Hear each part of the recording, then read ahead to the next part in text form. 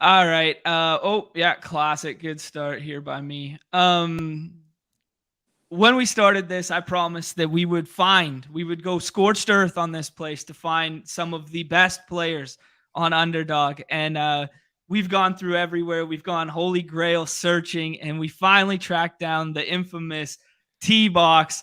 And he looks exactly like you would think. Oh my god. We got him. We got him. We got him. I got to keep my anonymity.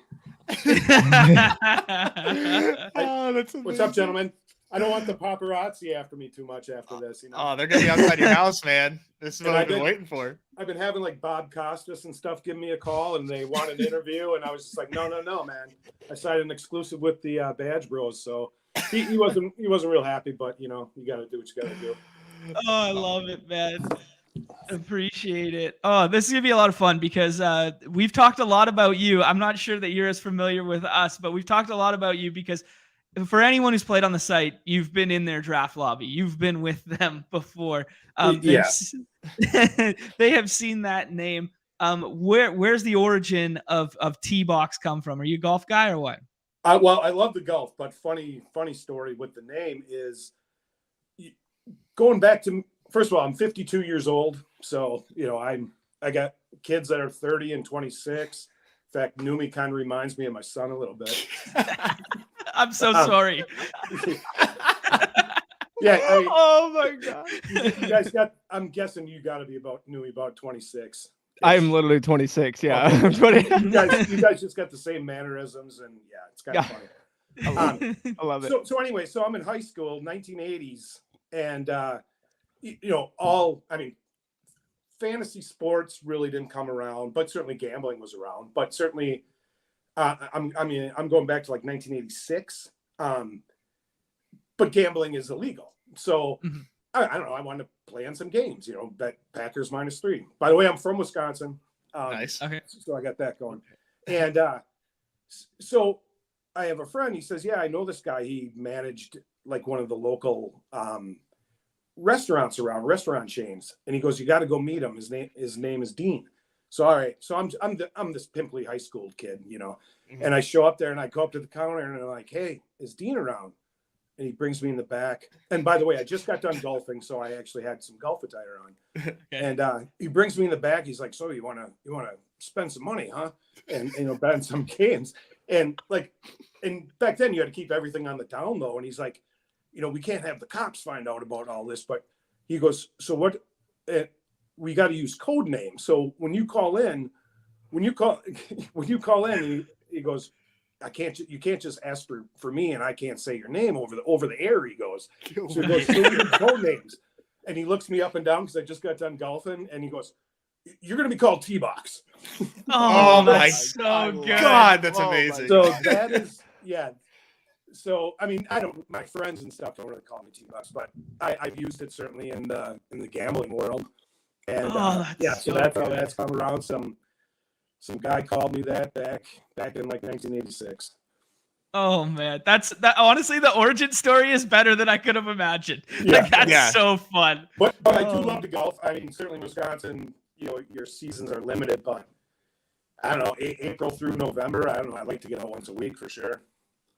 Nice, beautiful. That kind of brought me to the next one, is kind of how'd you get into like the Underdog, the sports betting world, the DFS stuff? Like, is that kind of where your origin story obviously started way back then, but how'd you get really into the Underdog like you are now? Well, first of all, like fantasy sports kind of came out, at least for me, about 1988, 1989. It was like touchdowns only. And I don't know, I always loved numbers, I always loved math. And so I ran a league, but you know, the internet wasn't even around then. So it was running to the store on Mondays to get to USA Today to look at the box scores and do all that, you know, addition, subtraction, and ran a league. And then I had kids, and you know, that kind of fizzled out. But then as my kids got older and I was looking for something to do, I don't know when it was. I played a lot of poker too. But then when I think it was 2011 when Black Friday hit and froze everyone's accounts. Yeah. And, he had money just locked up, and it was like kind of done for a while. So then like FanDuel and DraftKings came around. So what the hell, I'll dabble in that. Now I was just getting my ass kicked. And I just I did not have the grasp of it. So then on Sirius Radio, I'm listening to it, and this website called Draft. I don't know if you guys ever played on Draft at all. Oh yeah, I think we all had a little bit of time spent on draft. We loved it. I played on there all the time. If you ever played a guy that had a yellow Titleist golf ball. Oh yeah, because you could. Did we have Avies back then? Like you could actually. Put it in your avatar. So then all of a sudden I'm played on Draft, and I'm like, wow, I'm like turning $2 into $3 because it's back to my old school gist of a snake draft back and forth. Yes. So I was doing well, and I'm like, hey, what if? And I was just doing like dollars. It wasn't much.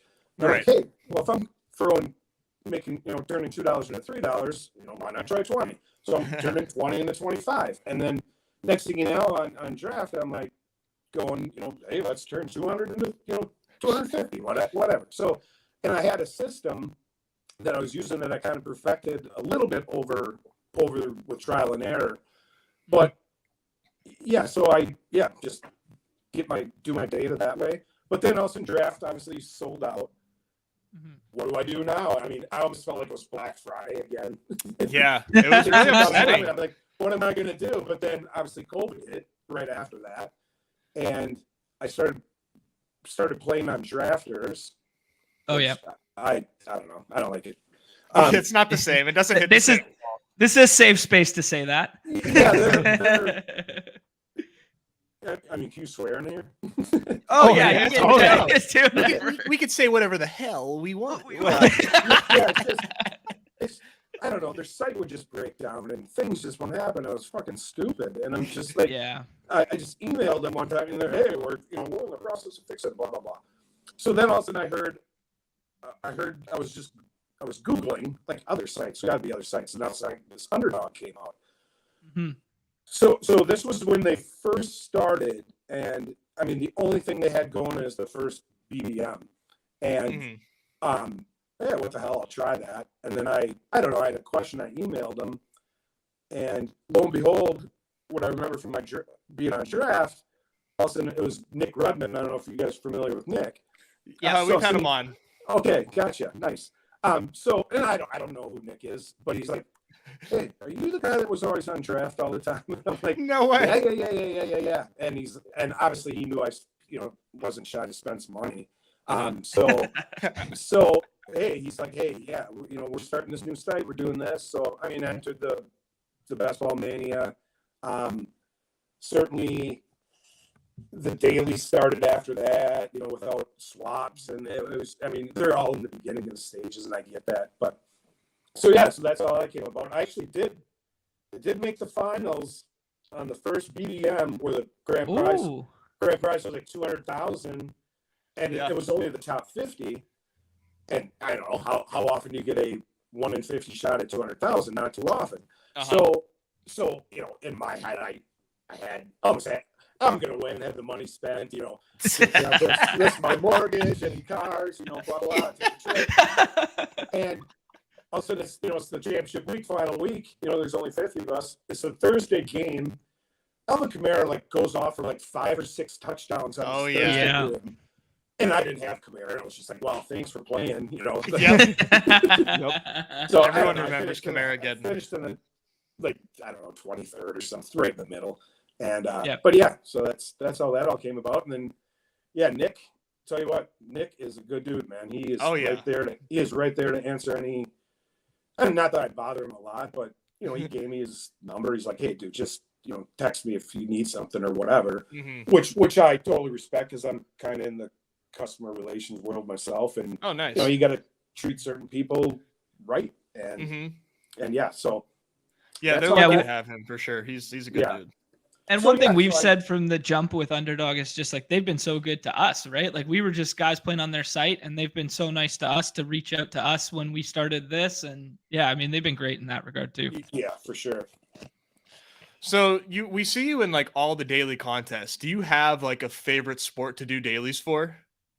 Certainly I like the big three. Mm-hmm. Obviously football, baseball, basketball. Certainly in basketball is where I tend to make most of my nut for the year. Yeah.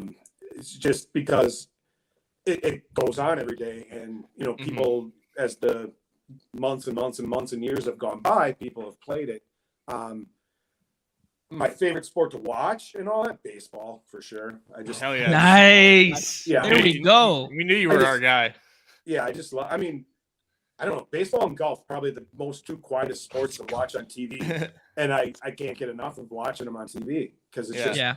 I don't know if it's the shot by shot and the pitch by pitch. It's just anything can happen at any time, and I don't know. Yeah.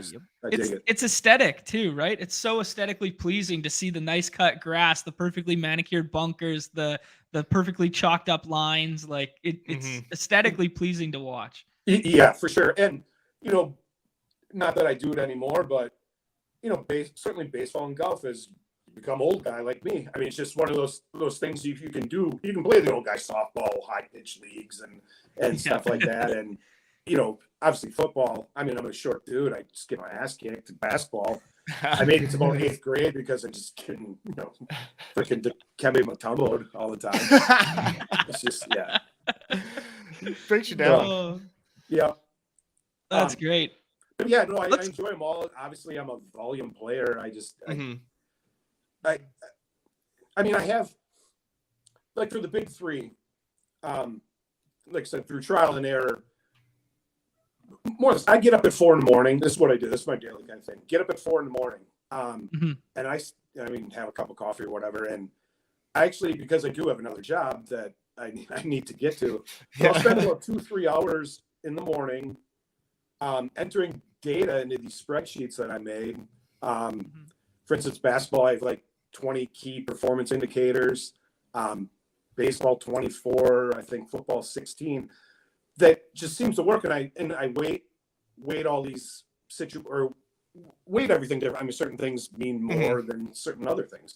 So I'll compile all this data, put it in, and more or less sort it when I'm done, and there's my list. And and it's just and it's just infallible. It's no matter, like, the list is the plays, and there's no bro science outside of that. It's just the list is the list. Yeah, and that way I'm going with my list. I mean, like I said, trial and error, and sometimes it didn't work, and I maybe raised the percentage of this indicator to see if that works better. And yeah, so I got it down to where I make a profit. We definitely have noticed that part. Yeah. But I mean, I can talk money with you guys for a little bit. Like, it's I'm all about the return on investment. So yeah, last year we say with Underdog, I mean, with all the contests, and I play. I know you guys. I watched a couple of your shows just to get familiarized with myself, and you're obviously all about the battle royals and in the larger contests. I do a ton of sit and goes too, like $100 sit and goes. Nice. Oh yeah. So 3-man, 4-man, 2-man. So anything that I and all the tournaments on the daily slates, for instance, NBA today. I mean, I'm sure some of them are still going off, but I'm maxed out on them already today. Hell yeah. Oh wow. Yeah. Yeah, so, we were drafting for a good 2 hours together. You were in every single draft. And that's another thing with me is with those data sheets, I compile all that. I got my list. I put it in as my default list. Then I just enter an auto draft. Enter. Yep.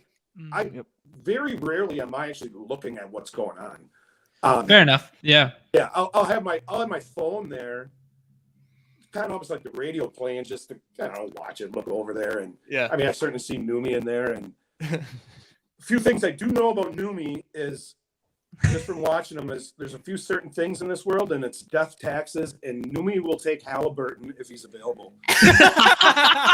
That's good. Yeah, that's good. I think I just latched onto that because you just always take him in funny small world stories. Halliburton actually played in our local high school conference.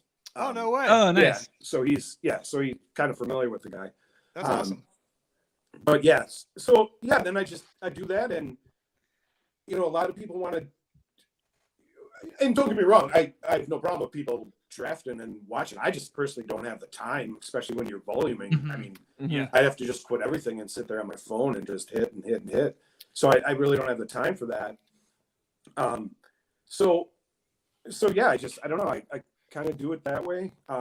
Yeah. I know a lot of people want to differentiate themselves, and okay, I have 20% of this player, and that's too much. I got to change stuff, which is fine because I know you're trying to go for the prize, but I don't know. Theoretically, you only have about a 1% chance of winning the prize when you have 15,000 entries.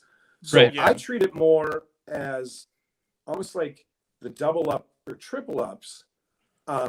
And I want a lot of exposure. If I can get guys that are 50, 60% exposure, I'll live with that because I'm obviously hoping that it pays off. And then you kind of, do well in the contest. Yeah, That's that's pretty interesting. cool. Because we've talked about it quite frequently, because we talk about like what we call a GTO versus an exploitative strategy, where the GTO is kind of like this more balanced, like you're alluding to, and then the exploitative we've just simply now named the Teebox, because really? it's either you're scooping 1 through 10 on a given night, and there's maybe one other lineup sprinkled in there, or your name's down at like 40, 50 on a given night, because it's either all those guys that you're on smash and you scoop the leaderboard, or on a given night they do not. And I don't know, it's really opened my kind of like third eye to thinking about these contests in a different magnitude. Do you ever get worried that like during a given day, because you can only draft in one window and you've maxed out in that window, that some late breaking news or a player scratched or whatever will crush you, like by not being a little bit more balanced? Yeah, absolutely. For Mm. point taken, Giannis yesterday. Right. Yeah. Yeah. And he's sitting there probable. It's like, yeah, he's probable. And he's been goofy lately. I mean, it's just like, and being in Wisconsin, watch him quite a bit. So I do get worried about that, but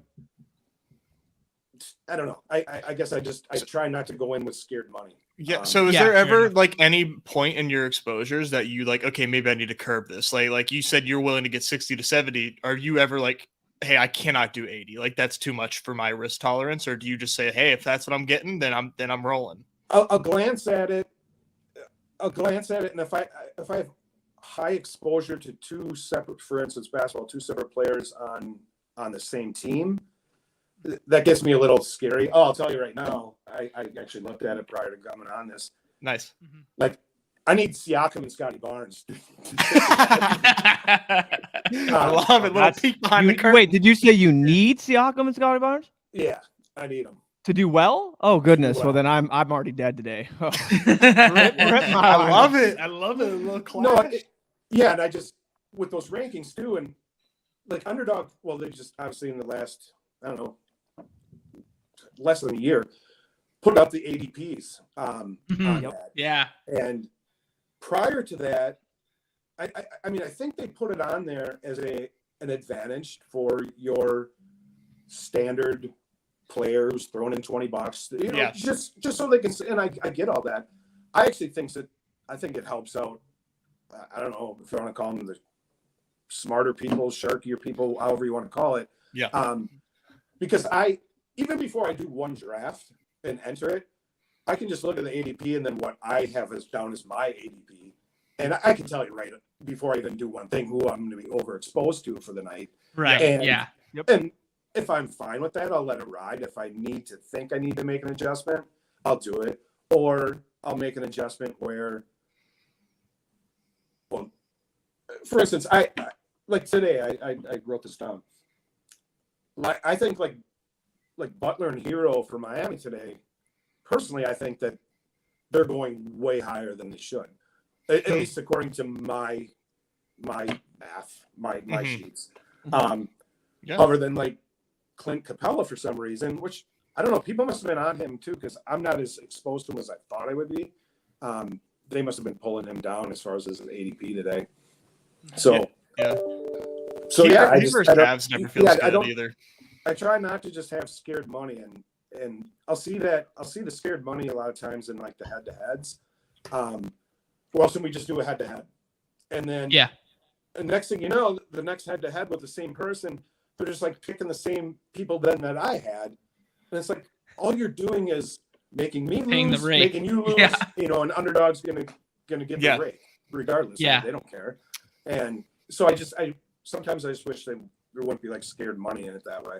It's I think that's a really good takeaway, that like scared money is the rake paying money, right? Because like you have a very macro view of all of this, right? Like you're looking at this over the course of an entire season, over a course of entire sports, whereas so many people are looking at it through this micro lens of, hey, did my $20 turn into 25 tonight, or do I have to redeposit again tonight, right? You know, like that mentality versus yours. And I think this is a very sharp way of looking at it. Yeah, and I kind of hedge, you know, with the sit and goes. It's actually at least for me, it's a nice way to kind of hedge my bet, because maxing out all the contests, you know, in the streets and whatever. It's anywhere from $1,200 to $1,500 a night. So what I like to do then is do at least $1,200 to $1,500 a night in sit and goes as well. So just because I feel so confident in beating someone heads up, or I'm 1 of 3 or 1 of 4. Don't get me wrong, I lose too, but I just feel good with that. So like my goal going into it, like the return on investment is I want to get at least 5%, because that then justifies my waking up at 4 a.m. and doing a bunch of math before I submit a lineup. So like last year, you know, I don't know how to say this, but like with Underdog, I ran through, because I keep track of all my dollars. That's one thing I suggest people do. You know, they might throw in 20, forget about it, and then 4 days later do 40 and forget about it, and whatever. If you keep track on a daily basis, at least you can see where your money's going. So agreed. No, last year with Underdog, I ran through pretty close, $750,000 through them on playing every single day, and I had a 17.8% return on my investment.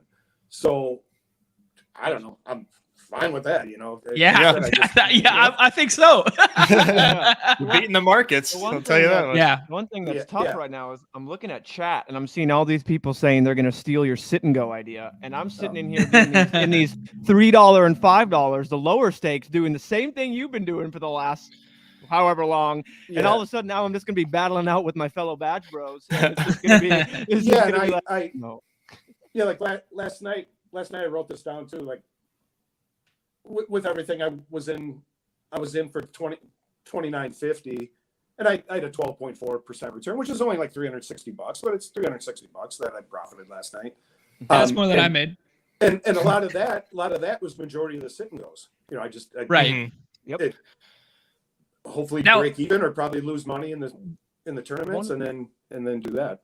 One question about this: are you doing? I know I don't know if they even have the flash drafts for NBA. Maybe they don't. But are you doing those flash like where instant ranking ones, or are you just basically entering it and autoing it? I'm entering and autoing it, and that's actually one thing I wish Underdog.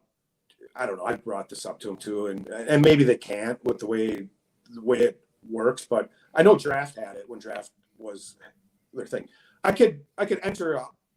I could click on this, $50, enter 100 drafts. I want to auto draft them all and let it go. Here, it's one after another, and dude, when you're a volume player, I mean, I 2.5 hours of my week is just hitting enter. Enter back. Are you sure? Thank you for clicking auto draft though. You're doing the Lord's work by clicking the auto draft, because a lot of people like myself, like at lock, I'll just click like 50 at lock, but I won't have time to click auto draft while I'm trying to get the 50 in before lock. So people have to deal with me bleeding. Yeah, I guess block. I do it to be polite, you know. So just the draft. Honestly, you're a gentleman. Yo, thoughts and prayers. Way to go. Golf claps all around. Yeah, I mean, if you miss a pick or two, then it just automatically puts you on. You're going to be drafted like that. I mean, that's one thing too. But so So you're on these slates like every day. Yeah. Was there any, and because your strategy is so like unique and exploitable, was there any slate that you can recall that you just like absolutely smashed on your autos and like it was like your biggest take home on a night? Do you have any stories or anything that you can recall like that? Well, no, I've never, like, okay, say best ball. I mean, obviously best balls where you win the big ass checks and all that. I don't mind the best ball. I mean, that's kind of what I grew up on with, you know, when I was getting the newspaper and stuff. But now that I've become a volume player, I don't like to tie up too much of my money in that. So I'll do the best balls, but I'll only do, like, for instance, NBA season just ended. I only did $300 worth of best balls in NBA. You're doing 10 times that in dailies one each thing night. One thing that kind of ticked me off is, okay, of the $300, I got two lineups through to the next round. One team was not great. The other team, I'm feeling good. You know, I have SGA, I have Lillard and Morant, all as my guard. Yeah, I mean, usually 3 of the top 7 picks on any given night that they're playing. First week, Morant with the gun, gone. Lillard, there was like from Portland to Sacramento or something. There was something wrong with the flight with snow, so he didn't make it. And then SGA decides that he had like a COVID and also a knee. So I have these 3 great guys, and they're not even playing. It's just like, oh, you know, done. And honestly, if they kept playing, to me, best ball, at least for that lineup, when you feel like you have something good, it's a long way to wait to then just be turned down. But now, don't get me wrong, I have to throw money in every single best ball just because of the price. You got to try. But long story short is I don't go crazy and max out on those. Like I'm sure there are people that do. My best night, it would have been not. I don't think it was 2022. It might have been 2021. Mm-hmm. So that's when football and basketball are going on at the same time. However, at that time, like football, when it starts out, your battle royals, I mean, it's like a 50,000 first place. Back then, first place was like maybe 12 or 14,000 or something like that. Yep. So I actually took first in that, and then that night took first in the NBA streets. Ooh. And I think that was like 4 or 5. And then also the sit and goes, I kind of crushed them too. So it was a $24,000 day. Oh, nice. Man. Yeah. Let's go. So that's probably my biggest win day for sure. Hell yeah. Oh, love it. And a single wake up in the morning and like, yeah, nice.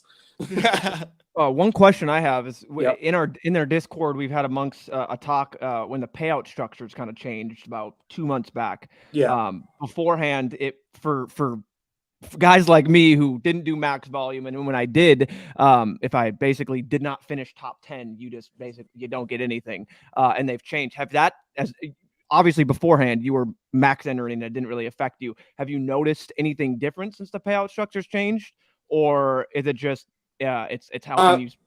Yeah, I'm still maxing out on them. But with that said, yeah, a little bit.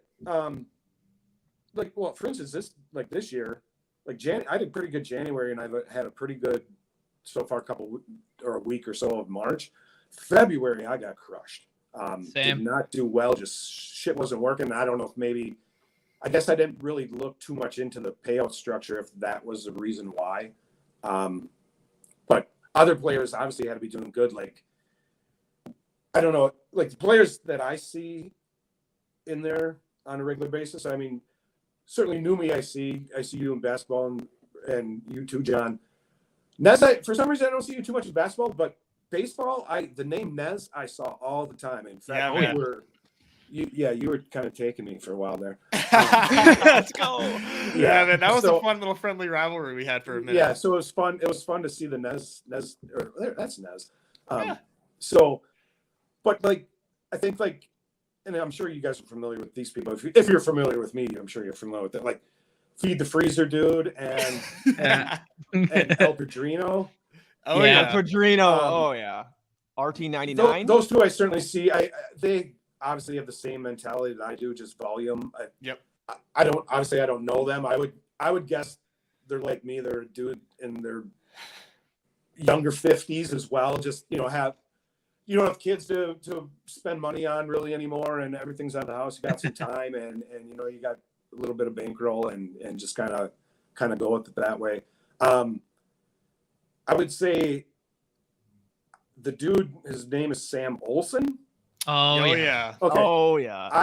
I personally think that guy is smarter than all of us. I don't know. It just seems like every time I look up, he's there. And to me, I mean, maybe he is a volume player, but I don't see him around all the time like I do Friesen and El Padrino and stuff like that. So yeah, he's efficient. But I don't know that guy I think is pretty good.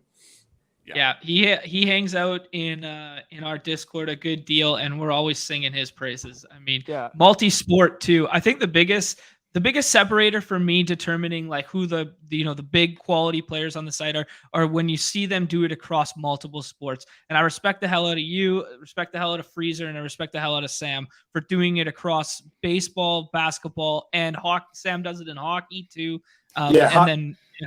Hockey's one thing. If you see me in hockey, I'm just a degenerate. And during NBA All-Star break or something. Right. Like, that's what the hell. I'll throw $25 in there, see what the hell happens, kind of thing. And I'm just a fish then. Are you max entering every contest, like full court press, dunks and everything, like every single one? Everyone that's available today. Yeah, I'll max out on. Gotcha. And I do that for NFL, certainly for baseball, and I actually hope. I hope Underdog with baseball, there just ends up being more people, and I get it. Baseball, it's either your thing or it's not your thing. You either love it or it's just whatever. And I just hope there's more, because I'll send every once in a while just to get my sit and goes going. At least for baseball, I'll find myself cruising over to FanDuel or something. I feel like I'm cheating on Underdog because they've been so good to me. Helping me out with any question I have, and it's like I said, it's instantaneous with their help. So I just hope there's more that I don't have to do that. That's our big hope. We've talked about it a little bit, just like comparing like the way that just the other games have grown since last baseball season, and looking at the prize pools for last baseball season. It's like you kind of forget about how like thin they were. And after, because we've been playing basketball and football, and we're just like so numb to like the 20K to first, 7K to first. Yeah, it's like when when they just started the baseball streets, it's just like max enter 13. Yeah. Yeah. You're in and out, and you're in and out in 15 minutes. Not even 10 minutes. You're like, all right, got my draft. It was a big feat when we got the $100 entry draft for baseball last summer. Little side note on that is I could be wrong. I'm pretty sure I'm correct though. I actually initiated that. Nice. My guy. I was, because I had contact with Nick. Like I said, he said reach out anytime. And I'm like, dude, I think, you're not getting a lot of play on some of these, but I think there's people like me that will pay in a higher entry fee. So he's like, hey, we'll try the $100. I'll see. He had to talk to the developers what he had to do. And next thing you know, like 48 hours later, I see a $100 contest up there. And so, and whether I had something to do with that or not, I don't know. But I think I did. Yeah, you definitely did. We're accrediting you with that one. Yeah. I know you said hard out and stuff, but I want to thrust a couple questions on you before you disappear on us. I was thinking overarching, what would you like to see in the future? What would make these contests better? Is it just bigger prize pools? Is it bigger volume? What would you like to see from Underdog in the future? Personally, the bigger contests, I mean, certainly the first place prize, I mean, that's what people are after. I prefer stuff that seems a little bit easier for me to win. I mean, I love the $100 48 people, one entry. But don't get me wrong, I'm still going to max out on the other ones. But I think the way they're going is good. One thing I do think that they did try to make some changes on, and maybe successful, maybe not, was the one game NFL slate. I just was never,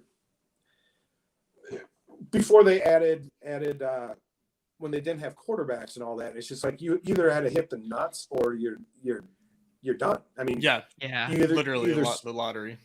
Either had a split of 500 people with $5,000 or you lost all your money. Yep. Yeah. So, but then when they at least made it 2 days, or at least Thursday now night. we like Sunday to take night. credit for that one. We like to take credit for that one. I will like to take credit for that one. I was pounding on it for little primetime slates. Yeah, and it's I know it's hard to do because there is only one game, and you only have so much position value. And I don't know if they added the kickers, which is good. I don't know if adding the defense would be good, or maybe making it another round instead of 6 rounds, 8 rounds. I don't know if that's possible to do the way they do their stuff, but just so when it comes down to, it's that second string tight end that ended up catching a touchdown that, maybe you had and it paid off for you that everybody else didn't have. Yeah. But I don't know. I think Underdog does, other than the entering the drafts, that's just the thing that annoys me the most, I guess. Mm-hmm. But I don't know. I have no problems with what they do.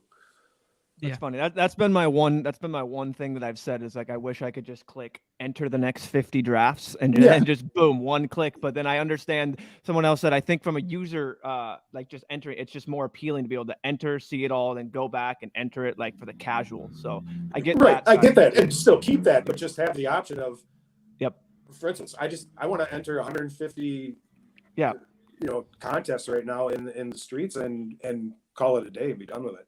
Yeah, I like that. I mean, because it's like 5 clicks to enter one contest. At least on my phone it is. Mm-hmm. To enter this. Are you sure you want an autograph? Yes. So it's like 5 clicks. I mean, that's 750 clicks to enter. Literally one contest. When you think about it like that. Now that's just one. Now max out on the other 3 that are out there. Spoken like a true customer relations person, like knowing the amount of clicks that it's taking you. That is so like corporate porting. Like I love it. Yeah, and I don't know. My son's in the tech world, and he sees that too, and he's just. I worked with doctors in my past career, and they would know the exact number of clicks it took to do a job, and if you could eliminate 1 click, you were their best friend. Like, it's... Well, and then I was just recently. He lives in Milwaukee now. Went down there for the Bucks Sixers game, and then we're like, "Hey, we want to do something?" And there's this comedy thing, and I'm like, "Hey, we're sitting there eating. I'll get tickets." And he sees me going through this to put the credit card in to pay the tickets. He goes, "That just looks like a horrible experience," because he's into that world. He's into that phone apps, and product design of them, and it's kind of funny. So. Yeah, Underdog, if you're listening, if you could change that, it would be great. Other than that, I think you guys are doing a great job. Thanks, man. Yeah, that's great. Yeah. Gentlemen, any more questions for the final boss? We call you the final boss. And I wish too, Underdog, they obviously have the colors and the dogs and a few symbols, headbands and all that. Yeah, I think they need to get something more to that too. Yes. I don't know.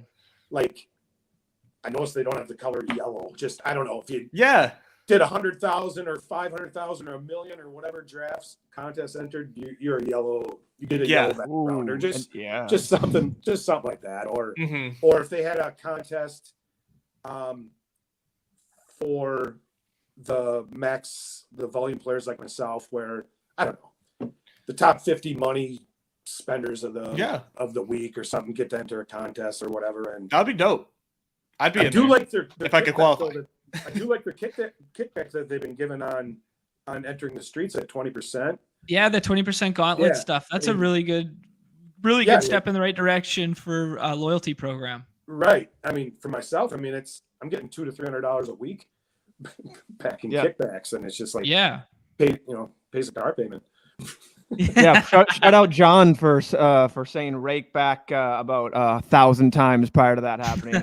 We'll give John the credit for that one as Mr. Rake back kickback. So well, at first they did it on deposit, And Mhm. I'm like, I didn't have a problem with it because it's just like, oh, you give me 15%, up to 10,000. Well, Chris, I'll just throw in 10,000. Yeah, I'll take that. Yeah, I was throwing 10,000 every month. You're giving me $1,500, and Right. obviously, if you're a volume player, you're going to run that through when the rollover is only 1x. So, yeah, I mean, that wasn't a problem. But then obviously they changed it, which I get because not everyone wants to throw in money all the time. But yeah. they want to benefit from their play. Yeah, I didn't want to throw in 10,000 every week. No, I that was just me. But yeah, I like the new system they got. I mean, yeah. But any advice to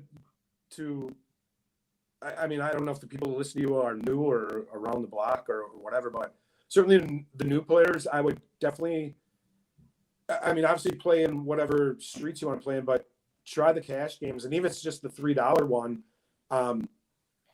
do a 2-person. I wrote some stuff down here. Yeah, I mean, do like a 2-person one. If you're winning at 56% clip, you're making money. I mean, do a 3-person if you're, and keep track of them for a week. If you're winning those by 38%, you're cashing money. And 4-person or whatever, and just I guess see where that works for you. And then build your bankroll. I mean, that's how I started, and just build your bankroll. Next thing you know, you're doing the $10 contest, then the 25, and next thing you know, you're doing 100. And love it. Yeah, totally agree. I want to ask one last about the sheet. You said you build out your own stuff. You had 24 performance indicators, 21 pending sport. What I'm not going to ask you like what all goes into it necessarily, but what separates, do you think, your kind of approach to that than kind of everybody else is downloading these projections from ETR or Stochastic or whatever, and then just throwing them in? What's the separator there? I just think if you draft by ADP or draft by projection, you're kind of selling yourself short. Not that it doesn't matter, but if you're just always, hey, I picked 10 and the next guy up is on average is 10.1. Damn, I mean, take them. There's just certain things that are going to make that projection higher or lower than the ceiling projections that a lot of people give you on sites. Now, like me, I don't pay for a single site. I assume if I did, that'd probably be very beneficial just for the extra data that you get when you go past the paywall. Yeah, or just compare. Yeah. Yeah. I mean, I'll still look at sites. I mean, like the Road Grinder site or even just other sites like FanDuel's site or whatever. Like the pricing. Just to get, get some info. I mean, I don't want to go into every data point of every sport, but like certainly basketball. I mean, some things are kind of obvious. The team totals, the grand totals are.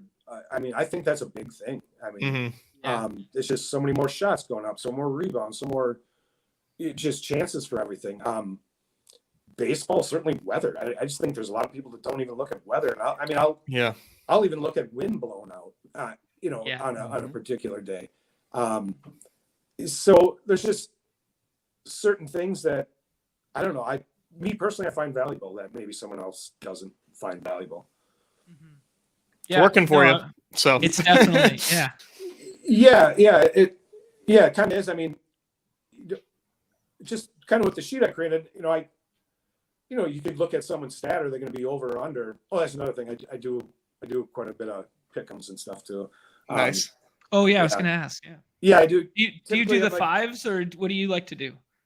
I do $500 entries on two or three, two-player or three-player. Kind of do. I wouldn't say I do it every day, but a couple times a week. But if you like a spot, or you like a certain line. Yeah, if there's I like turning 500 into 1500 just on a 2-person 3x. It seems good. I like that too. Yeah. But I understand that's not everybody's cup of tea. I mean, I get that. A few years ago, I don't know if I even want to throw $5 on one of those. Right. You just get you get confident in your ability. And so I think as far as projection goes, I mean, it's obviously a flip of a coin. Is this player going to be higher or lower than it? But the sheets that I kind of created, instead of a 50% chance, I think it gives me about a 60 to 65% chance of being accurate. Nice. And that's where you make your money. No, I'm not on Twitter at all either. I've never tweeted or twitted or whatever. You're the man. Yeah, just I don't know. I'm old guy. Stay off there. You don't need to be on there. Yeah, so I'm not on there. But all of a sudden, it was Nick one time. He's like, he knew I wasn't on Twitter, and he's like, he sends me like a screenshot of some people mentioning me in Twitter. And he's like, these guys just think you're God or something. So then come on, Nick. As much as you can get into Twitter by searching, I searched like Teebox Underdog or Teebox Draft, and there's like, who is this guy and who is this and who is that? And there's like a little meme. There's like a little meme like, ooh, this is me like leaning forward in my chair every time Teebox comes in the room. Yeah. But then there's also, hey, I saw one time. It was like, hey, Underdog, you need to investigate this user Teebox. Oh. He must be cheating or whatever. And it was one of those nights where you just said before, John, where I happen to finish first, fourth, fifth, seventh, eighth, 11th, 12th, 15th, or whatever on a single slate, and they obviously think you're cheating. And it's just like, no, dude, I just put in the work. But yeah. So it's kind of funny. Or T-Bucks is hell. He's in every draft I'm ever in. Welcome to hell is like jumping in a draft and just going feed the freezer. Me, T-Box, Numi, Sam Olsen, and El Padrino. Like that's just like that's hell on earth. When I wake up in the morning when I'm having my coffee draft, I'm just like, yeah, you know what? I'm gonna put this one on autopilot and see you guys later. Yeah, that's funny to say that because the I can't remember what it's called. They don't have it up tonight, but typically when it's the 12 person drafts. The full court press. Correct. Okay. Yeah. So obviously those take a while. I mean, I can max enter at 8 a.m. However, it's still going to be 3 o'clock and they're still going through. But there was one day, in fact, I think it was this week or last week, down in my basement, got a treadmill, doing old guy treadmill stuff. And so I'll just have my phone there watching it. And there's this room and John, you weren't in there and as you weren't, but it was me and Numi and Freezer and El Padrino and kind of what you just said. And then a couple no badges. I'm just like, you guys just don't have a chance. No I mean, I don't care what, but I guarantee you someone with a Reg badge is going to, maybe not take the contest down with this, but is going to be the highest scorer of this 12-person draft. And So, that's so but good. I don't know. I have a good time with it. And I don't have to tune into your show a little bit more. I saw a couple of your episodes because I got a text from Nick a while back, and he's like, "Yeah, there's some guys that would love to talk to you," and I'm like, "Or would you ever be up for an interview?" He goes, and I'm like, "With you?" And he's like, "No, there's the show." I'm like, "What's the show called?" He says, "Badge Bros." So I went on it, saw a couple of 5-10 minutes of some prior episodes, and I don't know. I kind of laughed, and then I did. I have actually watched a couple of your live ones, and then I think it was last week where you sent me the link to the baseball one. I had that playing in my office in the background.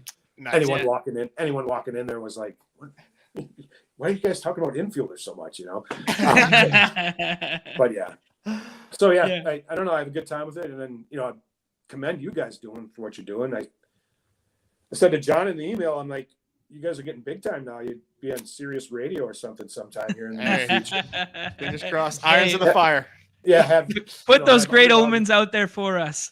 Yeah, just have Underdog have like their own hour Sirius radio station, and Nick, you guys are Nick, hear us. Hey, Nick, you out there, Nick?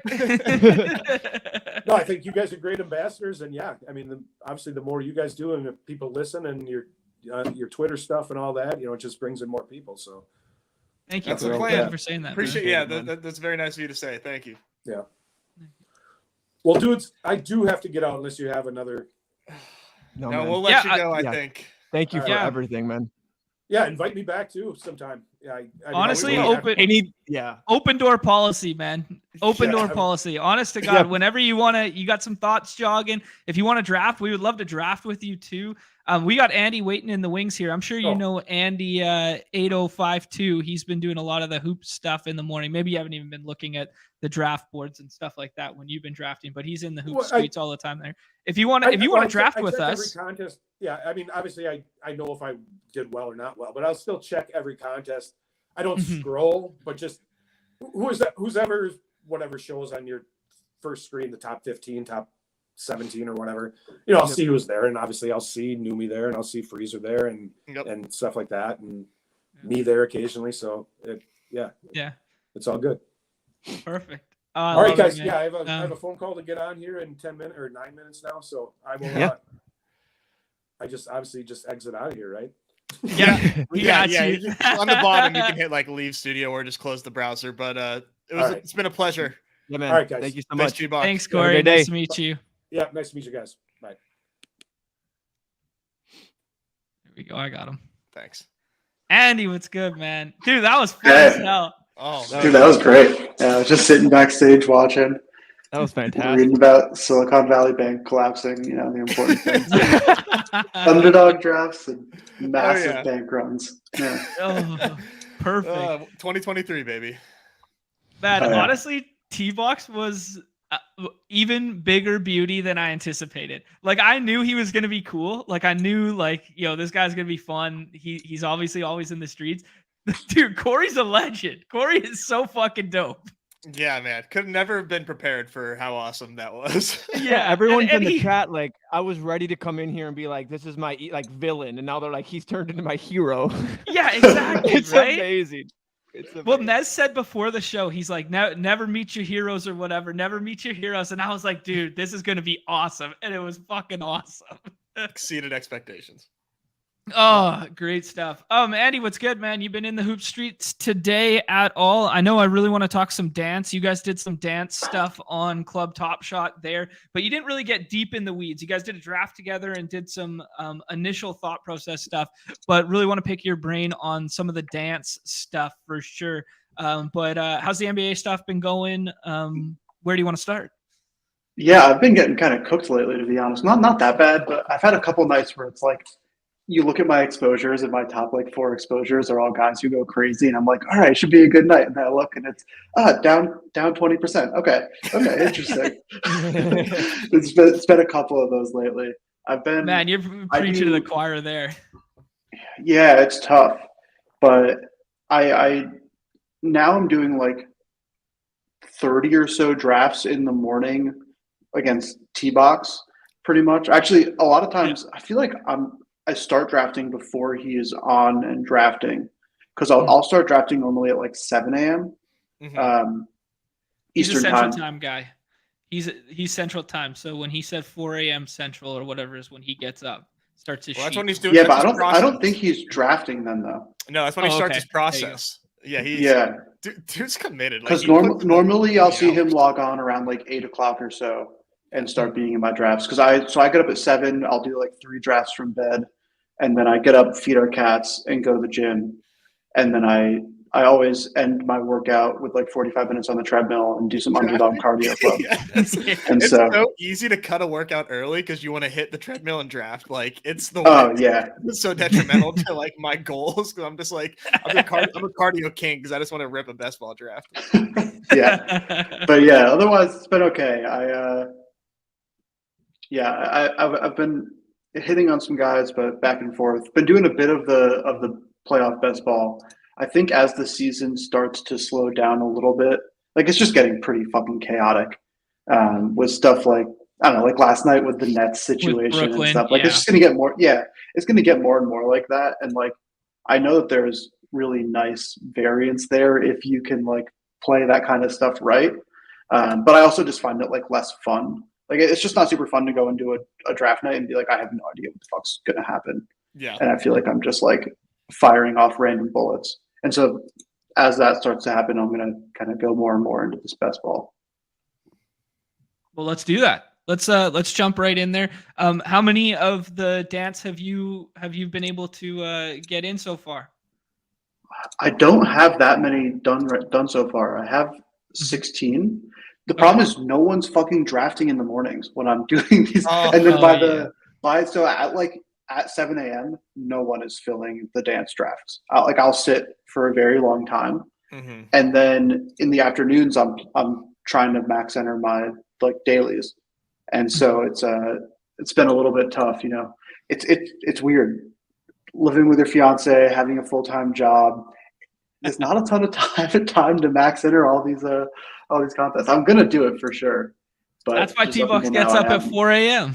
How bad do you want it? Yeah. With this so far, okay. I want to start. Are you happy that they, you know, did the on with the contest, then off with the contest, and changed the bigs? Yeah, I guess because I got like a really ridiculous very first draft in the new contest. That was just like, yeah, that was one of those like, there's no rankings, no one knows this is up. I got like a crazy Sixers and Suns draft. But to be honest, I don't really care. I fucking love the Underdog guys, and I trust them to like do the right thing with that stuff. And if that's what they felt they needed to do, like I'm sure that wasn't a decision that they made easily. And so like they're generally Chads, and if that's what they think they needed to do, it's what they needed to do. Generally Chads is the best way to frame it ever. That's so good. Where have your eyes been gravitating structurally with the playoff stuff? Have you been trying to do like the football mentality of like stacking teams and onslaughting teams? Have you been mixing in more like one-offs, or do you always pair teammates? Where's your mind been going? This sounds stupid, but I was talking about this on Club Top Shot, I guess earlier this week. I just really try to take players who don't suck. I feel like a lot of people, or it could be easy to kind of fall into the trap of thinking about it the same way you think about NFL, where it's like, oh, you got to have, you know, as many players in the Super Bowl as possible, and you like in the NFL, it's way more realistic to take like fucking Sky Moore and just hope that he's going to catch 2 touchdowns one week and he's like the guy you need.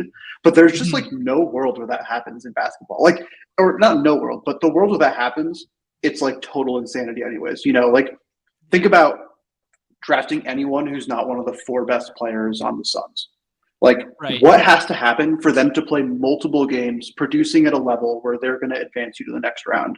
And like, I just don't know what that world is. And so I try to get 5 at like a world where there's 2 teams who are playing each other in the finals that are 5 players. But there's even some drafts where I can't get that. And I feel okay with it because it's like, yeah, I could take Grayson Allen right now and fill out my Milwaukee Bucks roster, or I could take like Anthony Edwards. And it's just not a very hard choice there for me. No. Yeah. I think that's really sharp. To that Suns point, it's like, Is Torrey Craig really gonna help that team? Like, are we really drafting these?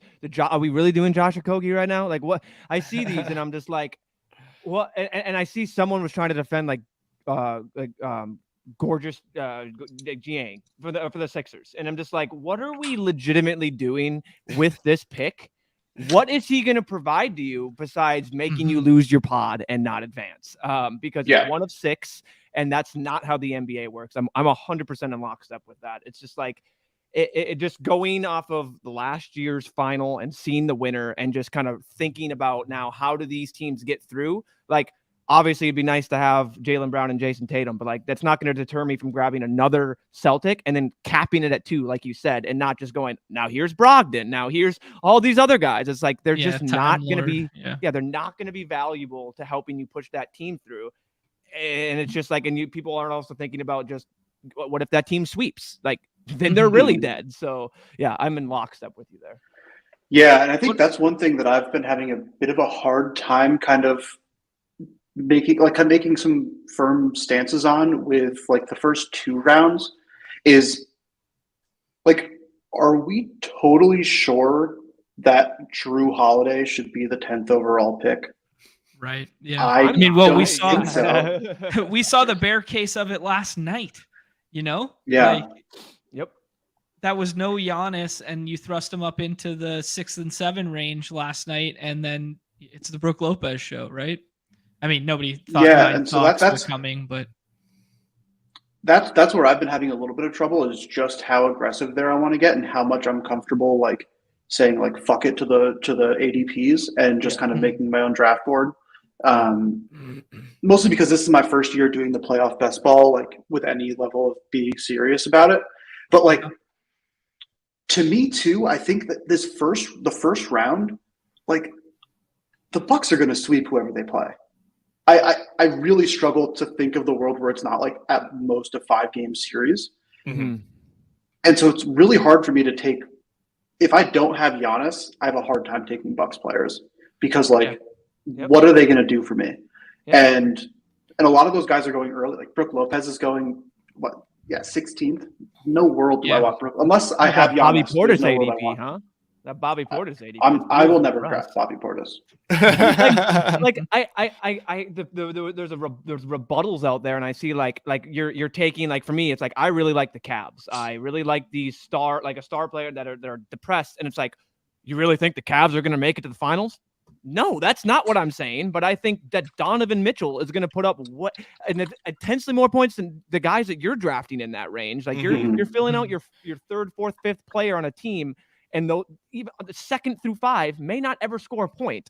It's like I'm gonna go get Donovan Mitchell's in these studs, and like I like you said, if I can get 5 players to fill that finals roster, that's the goal. And if the rest of them are honestly one-offs, like it's, for me, it's fine. It's like if they're just stud one-offs, like they're gonna score and give you the biggest out. And then it's like, how many teams do you think are even dead that advanced to round 2? You know what I mean? Like they can advance, but then they're just dead because they don't have the right combination, or they've just spread it too. I don't know. Speaking of like the Cavs and the Bucks, I mean, like I agree. I think the Bucks at max they do a gentleman's sweep and it's 5 games. But if it's Cavs and Knicks, like that sounds like a full that sounds like rubber 7 match games. game, right? Does it not? Like that sounds like a very fun series to have. That's one that I love. The other one that I love thinking about that is like, I think a Kings Timberwolves or something, or like depending on how, I don't think it lines up like that right now, but like there's a world where you get Grizz T-Wolves or Kings T-Wolves. Yeah, like that's a really fucking fun series, and that's going to be a high scoring series. You think about it in the daily form, which Nez is. We did that with baseball. It's like we're trying to think daily in this final weeks, but we just think daily form round 1. Like, sign me up for T-Wolves Kings. Like it's a track meet, and I think 7-game series. That's my immediate thought. That too. And you can get the studs for those teams. Well, the Kings are starting to creep up. I'm seeing them go higher and higher in these drafts. But like, I mean, I take Anthony Edwards in the 9th round every single time I can draft Anthony Edwards in the 9th round. Yeah. Are you taking Cat or Gobert or none? Because I'm taking Cat.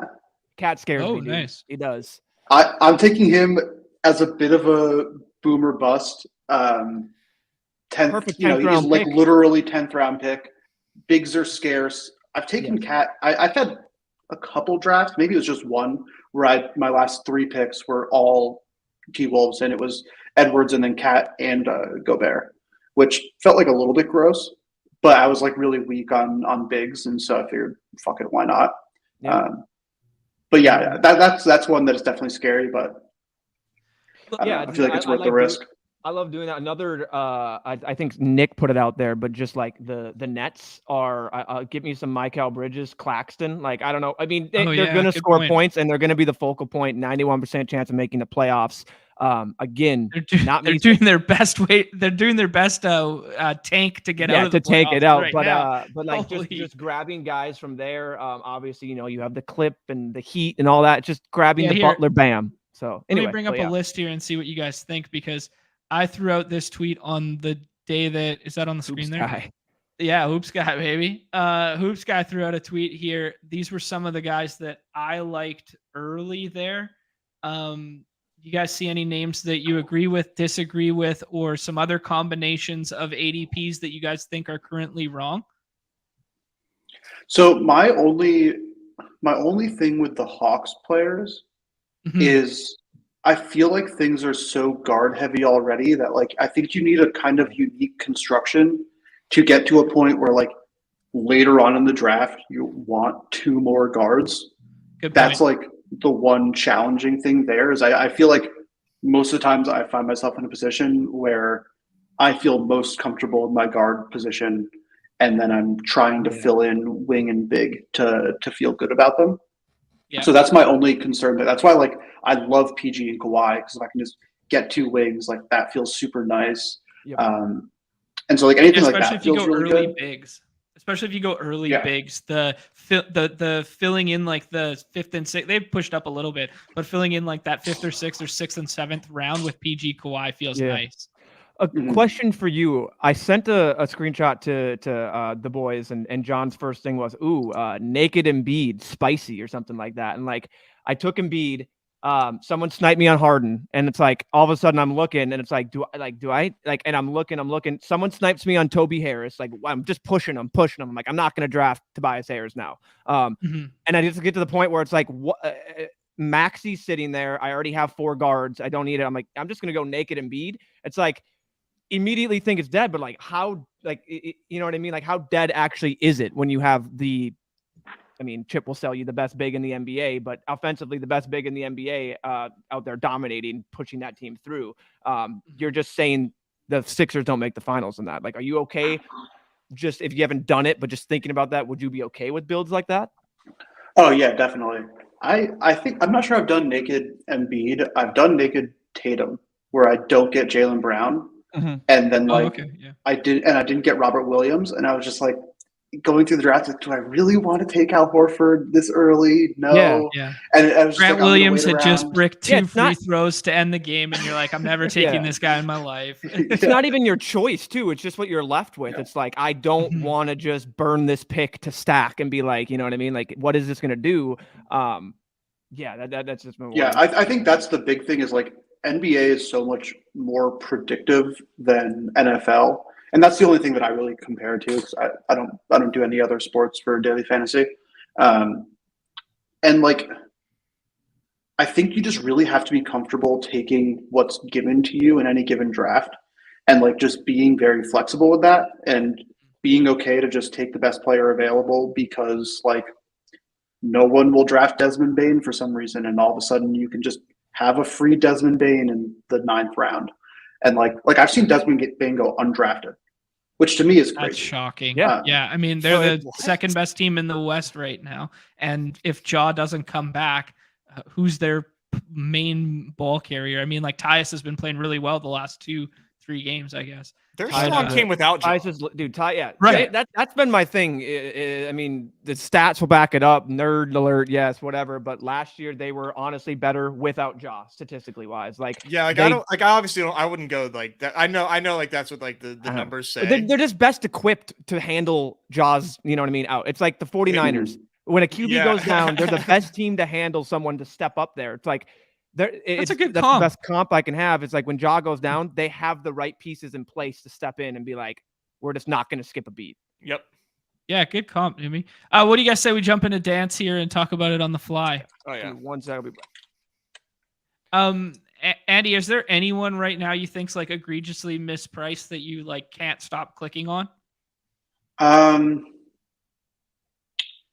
me see, egregiously mispriced. Let me pull up the rankings and see where people are going.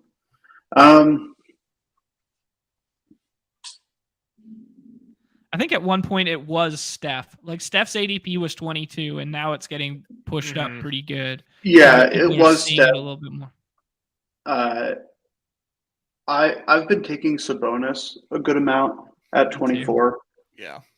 I've only done a handful, but Sabonis was one that really jumped out to me. Yeah, I also think that Bam is way too low at 44. Wow. Okay. Yeah. That one I think to me the just Heat are a feels team like I feel like you incorrect. can never like rule out. You know, like they're I feel like you just know they're not going to play a 4-game series. They could lose in the first round, but like Bam and Jimmy will go down fighting, and so I feel super comfortable taking just the two of them to play a round or two. Definitely. Yeah. Spo's such a good coach, and the way that that team is set up, like they will grind out set up any for the series. playoffs. They're a playoff team. Like they're just set up for it. My favorite is your boy that you've been, I mean, my boy technically, in Anthony Edwards. That just seems silly. Super silly. I mean, it's his team, with or without Cat back. It's his team. At a nice wing position too, that sometimes gets a little dicey when it's just, you can just, if you go big heavy and there's a plethora of guards, you know what I mean? It's real nice to be able to have that out at a wing. It's interesting to see that Tatum's ADP, since the last time we drafted, has jumped both AD and Embiid. Yeah.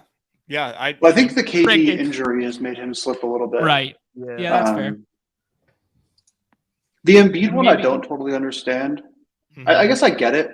Like, I think if you just like go to 538 and sort by odds to win the finals, like I get it. I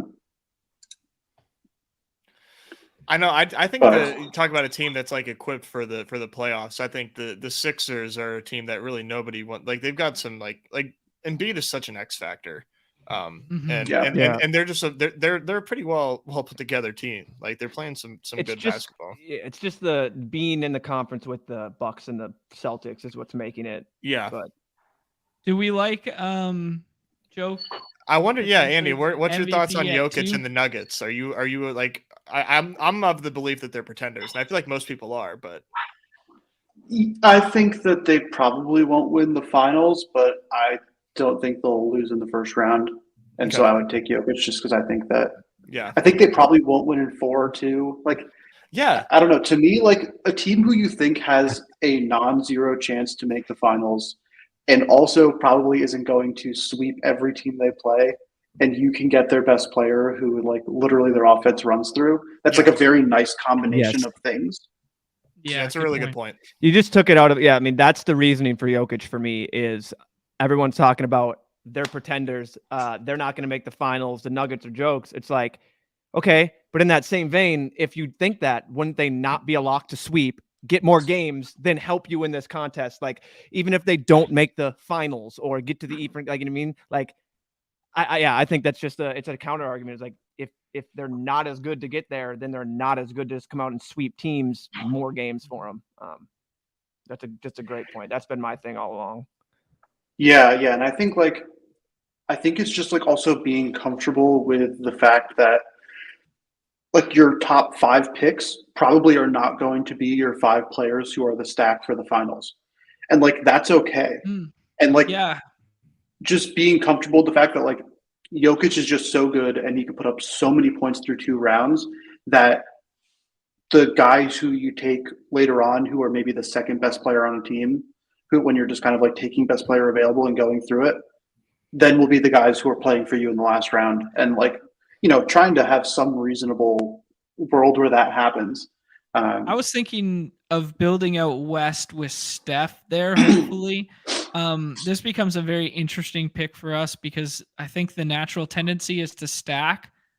Is there anyone else you guys prefer, like taking like Kyrie, or do you guys want to go with Jamal? Andy? I would definitely take Jamal Murray here. Yeah. I think that if I can stack the best 2 players on a team, I will definitely do it. Like, there's no world where I would take Aaron Gordon coming back here in the next round. That's where I think people start to make a mistake in their drafting, is like forcing a 5-team stack of the Nuggets just because you got Jokic and Murray. What would be I'll wait. Yeah. What's your thought here? What direction you want to head? It is like a really tough spot because there just like aren't that many East guys. Yeah. But yeah, I think Mitchell, I guess like maybe you do just take Gordon, but it feels really gross. I think I we don't can really wait know. on them. And honestly, we let's try and build out Cavs in the East then. The thing for me is like it just with that is when you have someone that's basically like, I know they're not the same fantasy point per minute player or anything like that, but when you have like Aaron Gordon and then you have basically Michael Porter as a fallback option type thing, Mhm. like I'll just Right. continue to try and push them. Not that I'm like, okay, I didn't get Aaron Gordon here, I'm going to push up Michael Porter. That's not what I'm doing. It's just Yeah. it gives me a more safety to be like, nah, let me just go get this stud here, and then hopefully since we're stacking Denver, got the 2 studs, people are smart enough not to just tack on these guys. That's a good point, Numi. Like, what's the difference to this roster in taking Porter versus Gordon? Like, Yeah. incrementally, For me, not they're just like they're final pieces. Like you don't. Right. Ideally, I wouldn't. I mean, obviously, he's going to be a wing. He can put up points in the first round, but ideally, with the other people we're going to add in on this team, Gordon and Porter might not even like score first round points for you. Mhm. But again, with our wing position, they easily could. But I haven't. I mean, there's an option here that makes pretty. Chip's gonna. Yeah, I think there's 3 or 4 options here. Fuck. Ooh, okay. That What was- do you think, Andy? That was 'Cause one of them. the guy in second is an easy click for me, even with the Denver build out. Yeah, I think because you're going to be really weak on wings with this with Cleveland and the Nuggets. Your wings are going to suck, Exactly. Yep. and so I like taking Kawhi Oh, here. That's a So good like in point, my too. head, how this is kind of coming together for me is you can do like Kawhi and someone Yeah, I else. got you. Like I would just take Paul George probably, I would, yeah. That's what I would do and then here. like next round if you can do Jimmy Butler and Bam, that is to me like that's really nice. You might not be able to get them though, and then otherwise like get another Cleveland guy. Because at that point, I think you'll be close enough to where it makes sense to draft like a Garland or Evan Mobley. I think Mobley's probably my favorite second Cleveland guy. Yeah. I like Mobley over Allen a lot. And I think ADP will dictate that. Do you like right? him over Garland too? Numi? It depends. It just depends how we do if we're thinking this build through. Like, obviously, I think I would like Garland more, but it's just we already have 2 guards. I'm just trying to think. In a vacuum, it's close. I mean, Mobley is really important for them, and they're super tough. And he's been coming on a lot the second half of the season. Yeah. And when you have he's taking a step up. Yeah, he's a ball handling like big. So I mean the dude freak, can man. He's a freak. He can do whatever he wants. This is a nice little start from Nick here, going Philly here, and then getting the jaw fall with Jaren Jackson. Yeah, and then he gets Jimmy. So Butler's gone, but Bam is available. What would you want to do here? Or we could do the Garland and Mobley. Or Mobley, yeah. I think I would probably take Garland. I don't think you need to force a ban by any means. Yeah, that's right. Yeah, I was just letting you know because I knew our thought was to do the Jimmy Bam. Never mind. We're pretty heavy on the West already because when we miss on Jimmy Bam, I think like the other version of the 2 off in that from the West is going LeBron AD. Mm-hmm. Yeah, but we're quite West heavy right now. Mm-hmm. So what after this? I don't want to do it. I don't think Ray's it's gonna necessarily snipe, but okay. So he did the Aaron Gordon, Michael Porter mini. Mm-hmm. And he's going really heavy Milwaukee stack with everyone. Interesting. Yeah. And now I wonder what he builds out. He's going to build out another West stack. I think AD LeBron makes a lot of sense for him. Yeah, there you go. So this feels like Mobley for everybody, or do we want to get cute and go the Bam route and build another team out in the East without buckets, or just best player available kind of mentality? Between that, I'm going Mobley over Bam, unless there's somebody else. Like if you want to say Anthony Edwards to just get another. I know we're West heavy, but if we just want to just bully the first round, I mean, like we could fuck this draft up if we took Anthony Edwards. Like this team's scoring hella points. Yeah, that's a good point. I think when we have 3 guards and only 1 big there, I do lean to like, and we're pretty thin on East. I clicked Mobley's name. I like that pick. Yeah, there's some outs too at that we can do at wing that can definitely put up points for us too if they fall back. Yeah, I think the one wing who I really don't know how to play is Siakam. I have no You idea. just what took to the do with word them. out of my mouth. I was just Yeah, scrolling by his dude. Like, name and I was what are like, you ooh. what are you gonna get from him? You gonna get the last like month and a half Siakam, or are you gonna get like the previous, like the start of the season Siakam? Like it's been just night and day with this man. And I think Jakob coming to town has just he doesn't rebound at all. Like he's taken all the I think rebounds it's- from yeah. him. Yeah, So it's just tough. and I mean, like, are we sure they're gonna make it out of the play-in tournament? Seriously. Exactly, No, yeah. no. 41% chance to make the playoffs. Yeah. So Yeah, that seems like a one where you can wait. And as you get more clarity, you can kind of be like, okay, if you see that increasing, you think that then you can start jumping the gun on that before his price really rises. Mhm. But right now it's kind of like to me, it's like, why would I take IQ or Barrett when Brunson's questionable? That doesn't seem like it's smart. Like wait until you fully have that and then you can jump the gun on it type thing. yeah. Ooh. So this is probably the LeBron homer in me, but No, at a that's- certain point, I think you just that's my take pick. LeBron. Well, Mhm. Chip's going to take him here now. So Yeah, now that you said that. rip us. Yeah. Yeah, he as a wing. I mean, that's just like huge to get. Oh, thank you, Chip. Yeah, Oh, take there. Fred Van. Take a guy that's not even going to be in the playoffs. You dirty dog. You. Do you guys want to just take the one off LeBron? I do. And then yeah, I do. Razor's Yeah, I not think gonna so. be Razor's not gonna be happy about that, but we can't let LeBron keep going. That was I was gonna say like LeBron was my target coming back. Like it was Edwards and LeBron just to add into that wing. Yeah. I mean now you're just set with firepower at the wing. Doesn't even matter if they. I mean you're just set with firepower if they're in the Yeah. playoffs. Okay, so we got- we basically saying the Cavs make the finals here. Yeah, Pretty with much. the three average. Yeah, this is a Cavs finals. So bet. Raise it just threw a little FU back at us by taking Jared Allen there. That's fine. I don't think we really even needed to add another Cav on there. I don't think we were drafting Jared Allen. Yeah. Okay, sure. What do you Um, think here then? Man, this is starting to get gross. We could do like the Westbrook Clippers thing. I don't know if we're getting overly correlated. We could do Dame, just like makes the playoff and scores a bunch of points to push us He's not through. making the playoffs. He doesn't know. They're Okay. not making the playoffs. Yeah, Okay. I would probably take like a one-off. Yeah, just keep Bruce Brown Okay. sucks, but Yeah, I mean, All right. Now we're taking a one-off for someone with that. So right now this roster is saying it's a Denver, Cleveland, six man in the finals. We already have the firepower in the remaining guys, and now basically this is just another get us over pick kind of deal. who I think should be a guard structurally. I got a name. How about Trae Young on this build? Yeah, I mean he's not playing. The thing is that Trae Young could face the Bucks, and I don't know that I like their odds there. But he is one of the best guards left. So I mean, there's that Click going guard. for him. Just click guard. What we got there? I do Yeah, agree. do you that think it has to be guard though? I think guard we could makes take a big as well. Yeah, Okay. it's Keep a both up. flex. I would basically just say we take the best player available. Yeah, Like not in terms of ADP, you mean like most talented player available kind of deal? Most That's what you mean talented by that? player who has like some reasonable chance of playing in the playoffs.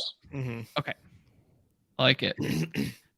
Yeah, I saw it mentioned in the chat earlier that the Pels guys, like if we just do some doubles with McCollum and Ingram, like granted Ingram's hurt now, but I don't think it's bad. But just, some minis like that kind of feels, fine or fun. Like a CJ McCollum on this team doesn't feel terrible. Westbrook is a stacking partner, and he's obviously the best player available. Yeah. So what are we doing? Is SGA going to make the No. the playoffs? No way. Okay. Claxton in the chat from Nick. I think that's interesting. Claxton? Yeah, that's Just because he's guaranteed to Porzingis? not guaranteed. No. Warriors won't make. Or I mean, Wizards won't make the playoffs. No. I think that Mitchell Robinson's not a bad one, as gross as it sounds. Also, Steven Adams. Like, he's just going to play. I think he might just be the best player. Okay. I like that we, show. I mean, yeah. I wasn't fast enough. We got Nick Claxton, okay. which I mean, I think it's granted, fine. I'm yeah, fine they're with Nick somewhat Claxton. interchangeable. I And mean, I do think when he puts up 10 stocks, the projectable 10 stocks, the Brooke Lopez night, we're just going to laugh to the bank. So, Yeah. I will say about this roster that I do think that the adding the East piece there as the one-off kind of made a little more sense too, because we got 3 Cleveland guys and then everyone else is from the West. So having a one-off Claxton big is also like, you're not going to win, but it does kind of feel like I mean, they're never making the finals. I guess it doesn't. Yeah, I think that But- that's like I think that thinking about that too much isn't always the Yeah. right move. Just Okay. because like I basically think you only have to care about that for your best, like your kind of finals teams to a certain extent. Like, yeah, like you're saying, I don't think the Nets are winning a playoff series, and so like it doesn't really matter what conference they're in if they're not winning a playoff series. Yeah, that makes And sense. so like there's even like some amount, like I think there's a case to be made that if you think that outside of like your 2 teams you think are going to play in the finals, that none of them are going to like advance past the first round, your best case is to like pick teams who you think are going to play against each other. And then you just like have a guaranteed amount of a certain amount of people passing. It's like, I don't think it's totally a winning strategy. But I think it's like an interesting idea. Yeah, it's definitely something that I hadn't thought about that now I'm like, oh yeah, that makes a lot of sense. This is, man, I love this 9-10 here where Razit didn't have guards and then he just goes backstack Trey and DeJounte with those last 2 picks and then he ends up It's with going to be a 3 bummer guards. when they lose in the play-in tournament. It's true. But I mean, if you're trying to shoot the moon in a contest like this, kind of makes sense, right? Yeah. You guys want to rip one more of those, or do you guys want to do a daily? We haven't talked about today's slate at all. Andy, have you been in on today's slate at all? Oh, my brother. Oh. Sorry, Andy, are you a golf guy, Andy, at all? Or no? No, I mean, like, I could tell you a couple golfers, and I've played some golf, but there's some drama in the was, streets. Numi was yeah, looking John for Rahm just absolute- freaking withdrew, and I'm literally in Bryson DeChambeau right now. I'm in Bryson DeChambeau is a good line. That's amazing. Numi was looking for an absolute fucking lifeline there because he was gonna tell us that John Rahm withdrew, and Nez and I were gonna be like, nah. But he was looking for a lifeline. Yeah. He's like, Andy, you be a golf guy? I was Yo, trying. please be a golf guy. Please be a golf guy right now. I was trying so hard. Yeah. It did not come to fruition, so we're gonna take that L. That's Do funny. you guys want to rip one more dance, or do you guys want to try and do maybe 1 or 2 of today's contest? I'm down to rip one of today's, and then I probably have to bounce. All right, But- let's do it. Daily. Anybody is liking so far? I admittedly have not been in the streets yet. I did the Teebox thing this morning and built my own spreadsheet a little bit, though. And I'm saying that because I'm not just looking at Numi, so it'll be interesting to see where I differ from him. But hey, game environments, Q tags, anything, guys? There's no Q tags for Anthony Simons. Sorry. Darius Garland got yeah. downgraded to a Q. Okay. That could be big for. And he didn't go through shoot around, I believe. Right? Yeah, so he's been sliding in these drafts. I've done like 25 or so. I've ended up with a lot of Zach Collins, which I feel pretty okay with. Okay. I've also just like had of my 25, just like way too many 6th overall pick. So I have a lot of like Kristaps and Trey just because I'm picking 6. Okay. That's the combo at the turn. Oh, Yeah. Yeah, you It's a think nice little that's correlation like stat. my thought has just been like, oh, what happens when that isn't the combo you need, and everyone has this? Like, this is like the 25% most owned combo in the entire contest. I've just been like, okay, let's just not take this anymore. This is pathetic. Like, that's just been my brain. I don't know. yeah, like yeah, where I mean, you like some Sorry, amount of the go ahead. time I'll take Jimmy Butler and one of the 2, or Yeah. even Anthony Edwards and one of the 2. And obviously, if like I've had a couple times where Harden slipped. I had one time where AD and Harden slipped, and that was a nice little turn draft. So Embiid's already out to. Oh, sorry, Embiid went 1. I thought we were 1-0-1. That makes more sense to me. Is this joke for everybody? It's hard for me. It's hard to not take him Yeah. against the Spurs. he's Yeah. my 1-1. I'm still down- taking Embiid because he's going 1, but he's my 1-1. Hot take. I think Davis is honestly close to both of them. I think Anthony. I mean, we just want to talk about the slate as a whole. Like, for some reason, this just screams 11, 10, 10 from Jokic, and Embiid and Davis put up like 40 real points.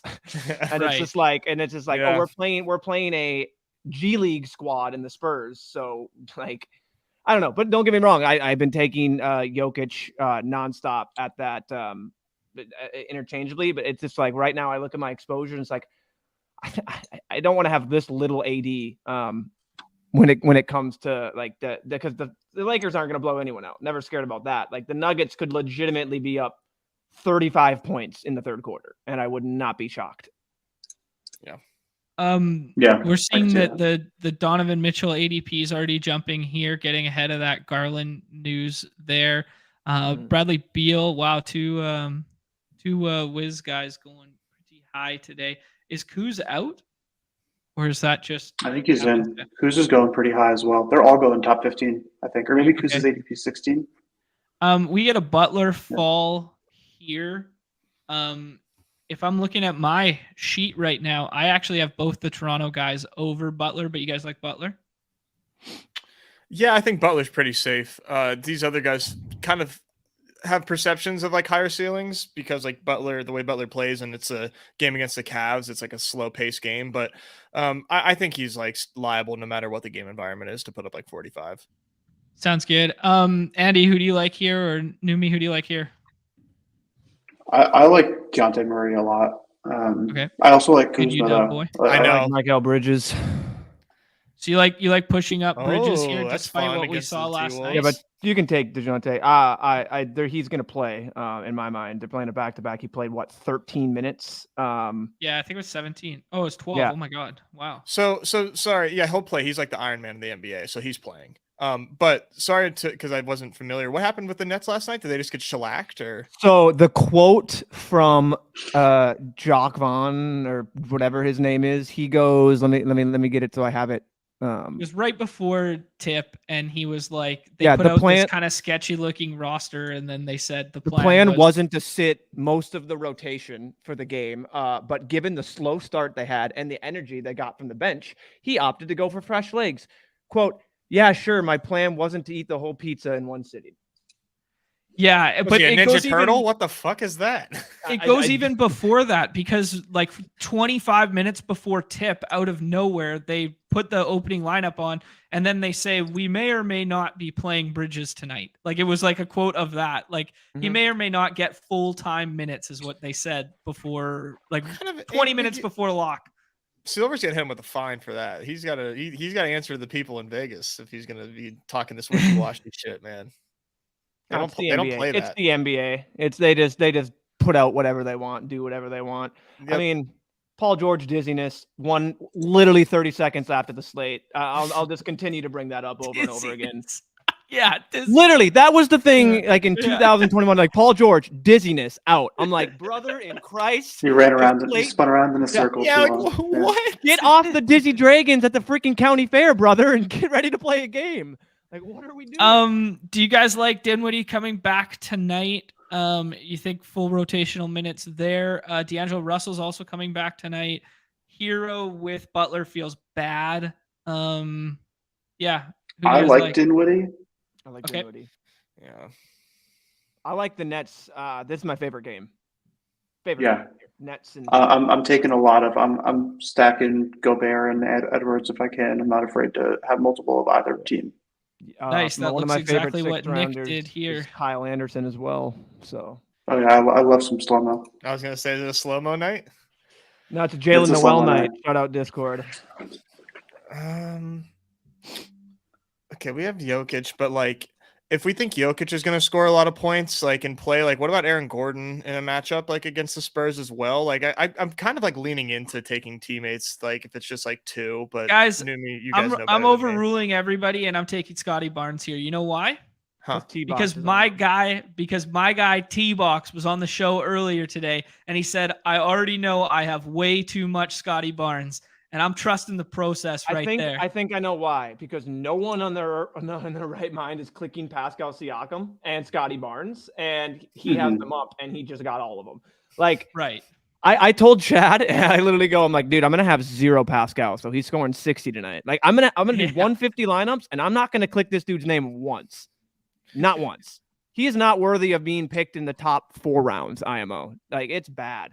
Yeah, he's kind of a strange year. Give me Jakob Poeltl all night, which I'm telling you guys, the skeleton key is Pascal Siakam. Go draft him. If I am off him, he is putting up a 60 burger, 25 in the first rotation. It's set in stone. Jakob Poeltl's like pretty high up in these projections I'm staring at right now.